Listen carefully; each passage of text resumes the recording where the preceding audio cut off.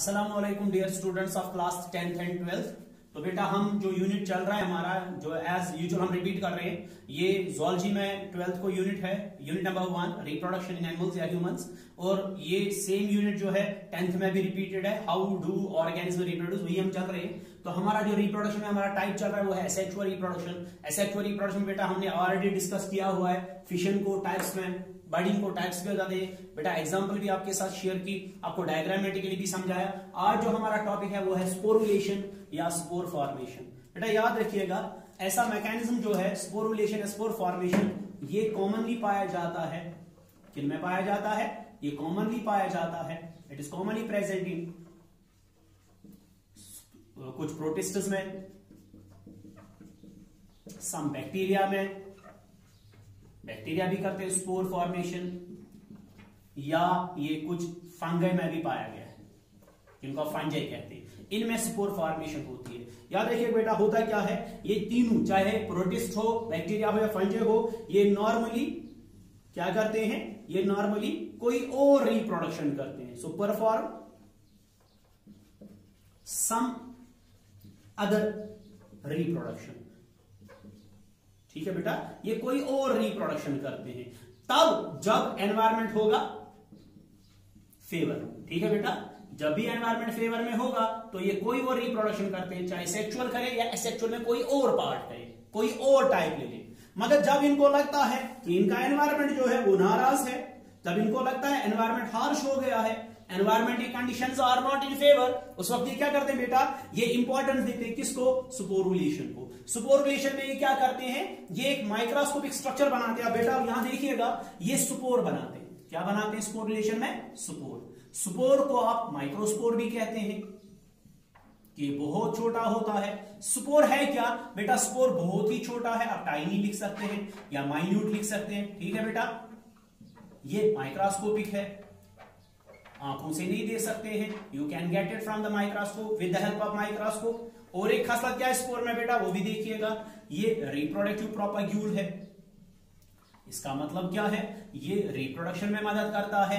और इसमें ये कब बनाया जाता है? फॉर्मड। ये तब बनाया जाता है, ऐसी रिप्रोडक्शन को तब तरजीह मिलती है ड्यूरिंग अनफेवरेबल एनवायरमेंटल कंडीशंस। ठीक है बेटा, तो ये स्पोर का बनाना, स्पोर का बनाना, इसको हम कहते हैं स्पोरुलेशन। अब देखिएगा, मैंने स्पोर दिखाया हुआ है, ये राउंड भी है, सर्कुलर है बेटा, जो आपने ऊपर देखा होगा, ये सर्कुलर है, माइक्रोस्कोपिक है। जब ये एनवायरमेंटल कंडीशंस अच्छे नहीं होते, ये बनाया जाता है। क्योंकि आपका सवाल हो सकता है, सर अगर ये एनवायरमेंटल कंडीशंस ठीक नहीं है, क्या ये एनवायरमेंट की कंडीशंस की वजह से डिस्ट्रॉय तो नहीं होता? नहीं। क्यों? क्योंकि अल्लाह ताला ने इसको एक बायोलॉजिकली रेजिस्टेंट प्रोटेक्टिव कवर दिया है, जिसको स्पोरोनिन कहते हैं। ये स्पोरोनिन जो है, जब तक स्पोरोनिन स्पोर के ऊपर रहेगा तब तक स्पोर को कोई प्रॉब्लम नहीं है, स्पोर आराम से जिंदा रह सकता है, क्योंकि ये इसको एनवायरमेंटल हार्श कंडीशन से, एक्सट्रीम कंडीशन से बचाता है। जो ही एनवायरमेंटल कंडीशंस जो हार्श से खत्म हो गए, एनवायरमेंट कंडीशंस वो आ गई जो फेवर में है, ये ऊपर वाला कवर जो है बायोलॉजिकली रेजिस्टेंट कवर स्पोरोनिन, ये डिसॉल्व हो जाएगा। अंदर जो रिप्रोडक्टिव बॉडी है, रिप्रोडक्टिव प्रोपाग्यूल है, वो जर्मिनेट हो जाएगा और नए ऑर्गेनिजम्स बन जाएंगे। ठीक है ना, to form new organism. So this is a common type of reproduction, asexual reproduction, where we require only one parent, and that is true taking place when the environmental conditions are not in favor. So this is commonly done by some protists, by some fungi, and by some algae. We have algae are also there बेटा, हमारे पास बहुत सारे types of spores हैं। मैं कुछ example दे रहा हूं। कुछ स्पोर्स को हम कहते हैं माइक्रोस्पोर्स, जो आपने उधर लिखा था, ये टाइप्स ऑफ स्पोर्स है। कुछ को कहते हैं मियोस्पोर्स। ठीक है बेटा, कुछ जो मियोसिस से बनते हैं। कुछ को कहते हैं माइटोस्पोर्स, जो माइटोसिस से बनते हैं। कुछ को कहते हैं जूस्पोर्स, जो मोबाइल होते हैं। ऐसे ही हमारे पास बहुत सारे स्पोर्स है। एप्लेनोस्पोर्स हमारे पास, जैसे फंगाई में we have the deuterospores, basidiospores and so on. ठीक है बेटा, अभी हम बात करेंगे, अब नेक्स्ट टॉपिक हमारा है दैट इज फ्रेगमेंटेशन। आप थोड़ा ध्यान से देखिए। चलिए बेटा, अब हम बात करेंगे एसेक्सुअल रिप्रोडक्शन में फोर्थ मेथड की। The fourth method is called fragmentation. Fragmentation is to some extent हम कह सकते हैं it is close to that of fission, मगर इसमें थोड़ा फर्क है। फ्रेगमेंटेशन का मामला जो है एसेक्सुअल रिप्रोडक्शन में किन में देखा गया है? ये हमारे पास एक ऑर्गेनिज्म स्पाइरोगायरा, आपने सुना होगा इसके बारे में। स्पाइरोगायरा रिबन शेप्ड दिखाता है, ग्रीन एल्गी है, ये एक्वाटिक प्लांट है, ग्रीन एल्गी में आता है, क्लोरोफाइटम है, यूनिसेल्युलर है। हमारे पास है इन्वर्टिब्रेट में एक ग्रुप प्लैटीहेल्मिन्थेस, जिनको आप कहते हैं फ्लैटवर्म्स, उनमें भी हमारे पास ये पाए जाते हैं। जैसे एग्जांपल में है प्लैटीहेल्मिन्थेस में प्लैनेरिया है, पॉलिस्ट्रोमम है, इनमें ऐसा होता है। एक्चुअली बेटा होता क्या फ्रेगमेंटेशन में? यहां पर जब बॉडी पेरेंट है, कौन सा पेरेंट है? पेरेंट सिंगल है, आपको पता है बेटा, क्योंकि एसेक्सुअल रिप्रोडक्शन चल रही है। यहां पर सिंगल पेरेंट जो है, जब वो मैच्योर होता है बेटा, जब वो मैच्योर होता है तो वो अपनी बॉडी के क्या करता है? मैनी सिप्लिट्स करता है, ठीक है ना? सिप्लिट्स क्या हुआ? पीसेस करता है।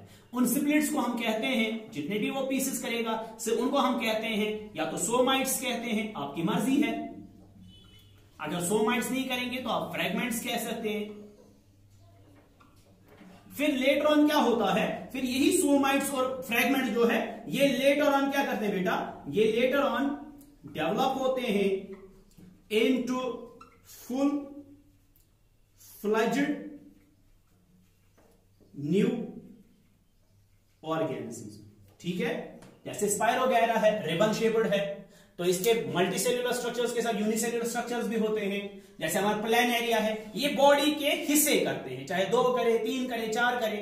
हर एक सेल जो बॉडी की है, जितने भी हिस्से करेंगे, हर एक पीस जो है, every piece, every fragment body का जो है, ये फंक्शन करता है, जो आपने ऑलरेडी देखा हुआ है, ये फंक्शन करता है एज टोटिपोटेंट सेल। याद आ गया बेटा?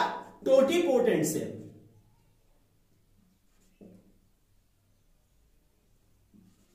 टोटिपोटेंट सेल की वजह से फिर ये डेवलप होते हैं इनटू ए कंप्लीट ऑर्गेनिज्म।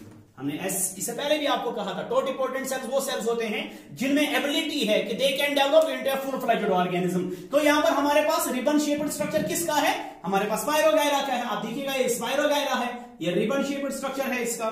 जब रिबन शेप्ड स्पाइरोगायरा क्या करना चाहता है? फ्रेगमेंटेशन करना चाहता है। ये अपने फ्रेगमेंट, देखिएगा ये फ्रेगमेंट्स है इसके 4 फ्रेगमेंट, 1 2 3 4। जब ये ब्रेक करेगा अपने फ्रेगमेंट्स को, ये 4 फ्रेगमेंट कैसे बनाएगा? एक बनाएगा, ये दूसरा बना रहा है, दिस इज 1, दिस इज 2, ये ऐसे 3 बनाएगा। फिर हर एक फ्रेगमेंट क्या करेगा? वो रिजनरेट करेगा, यानी कि वो फ्रेगमेंट जिसको जितने इसको पेंडिंग है वो बनाएगा और अल्टीमेटली डेवलप होगा into a full fledged organism. This type of reproduction is called as fragmentation. अभी बेटा हमारे पास आगे बात जाएगी रिजनरेशन की, इंशाल्लाह वो आपको नेक्स्ट लेक्चर में उसका डिस्कशन दिया जाएगा। खुदा हाफिज़।